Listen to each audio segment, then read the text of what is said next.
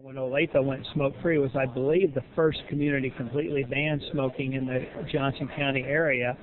I was very surprised, and I was upset that that was happening here when I was making a huge, over $1 million investment on this piece of property here, and I thought it would hurt me tremendously. And after we opened the doors here, I realized how good it was to be smoke-free, and that was one of my turning points to help support the smoking ban and try to get the smoking ban to be uniform throughout Johnson County, throughout the whole Kansas City metro area. I think is a very positive step.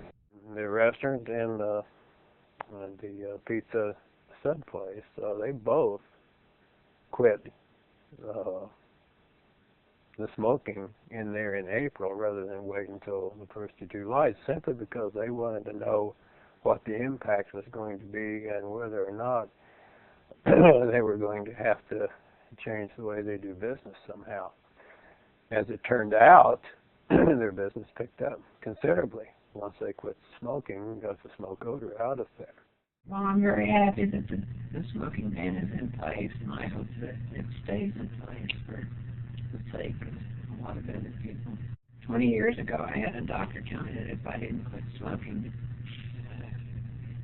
that in 10 years from then I'd be on oxygen, and I thought he was quack, and he split it off, you know. Of course, in 10 years, it was just about 10 years to the day when I started on oxygen.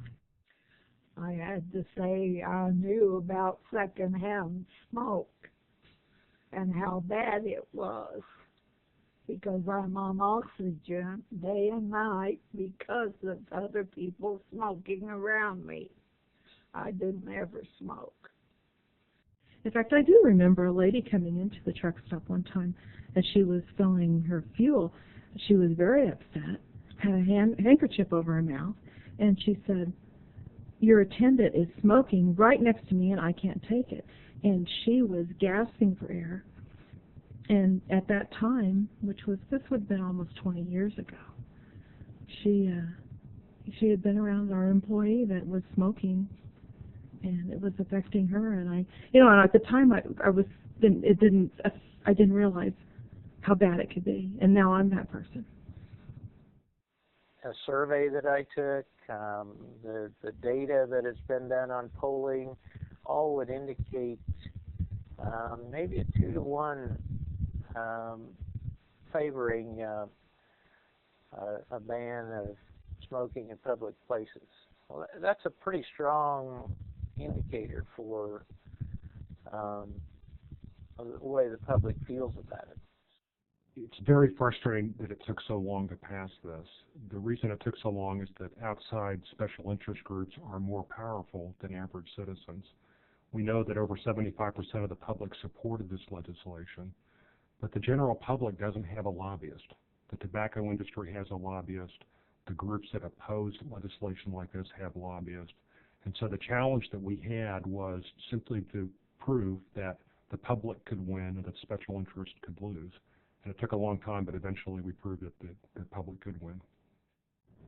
Hearing those voices, hearing how important this is to a lot of people, I think this is one of the more important things that I've worked on, because it's really, truly going to make a life and death difference to so many Kansans. But there's no reason at all for people working inside, for people coming inside that are not smokers, for them to be exposed to secondhand smoke. There's no excuse for that. There's just none.